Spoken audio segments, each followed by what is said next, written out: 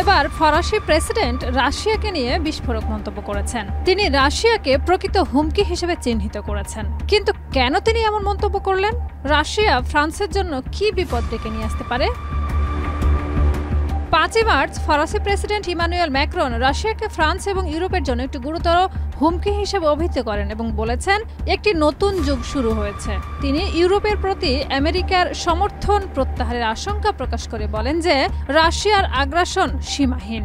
Macron আরও জানান, Paris ইউরোপীয় অংশীদারদের মধ্যে তার পারমাণবিক শক্তি ছড়িয়ে দিতে প্রস্তুত।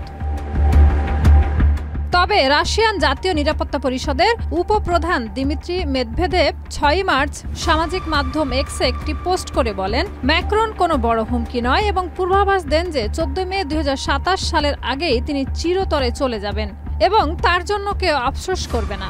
অন্যদিকে ইউরোপীয় কূটনীতিকরা জানিয়েছেন যে ব্রিটেন এবং ফ্রান্স আগামী কয়েকদিনের মধ্যে ইউক্রেনের শান্তি পরিকল্পনা চূড়ান্ত করে তা মার্কিন যুক্তরাষ্ট্রের কাছে উপস্থাপন করার পরিকল্পনা করছে।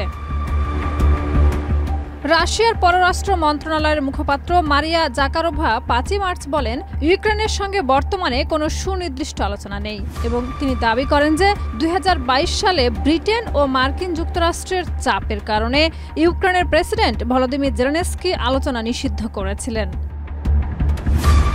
এই পরিস্থিতিতে একদিকে ইউরোপীয় এবং মার্কিন নেতাদের মধ্যে সংঘাত বাড়াচ্ছে, অন্যদিকে রাজনৈতিক বিশেষজ্ঞ ইমাদ আবশেনাস গত সপ্তাহে মন্তব্য করেছেন যে ইউরোপীয় নেতাদের আচরণে তারা ভয় ও আতঙ্কে ভুগছেন এবং মনে করছেন যে আমেরিকা ও রাশিয়া তাদের সঙ্গে চুক্তি করছে। তিনি আরও বলেন, যদিও মার্কিন প্রেসিডেন্ট ডোনাল্ড ট্রাম্প ইউক্রেনের যুদ্ধের জন্য শান্তির শর্তাবলী দিয়েছেন, তবে ইউরোপীয়দের জন্য রাশিয়ার সঙ্গে যোগাযোগ করা অনেক ভালো হবে, অন্যথায় তারা বিপুল অর্থনৈতিক আঘাতের সম্মুখীন হবে।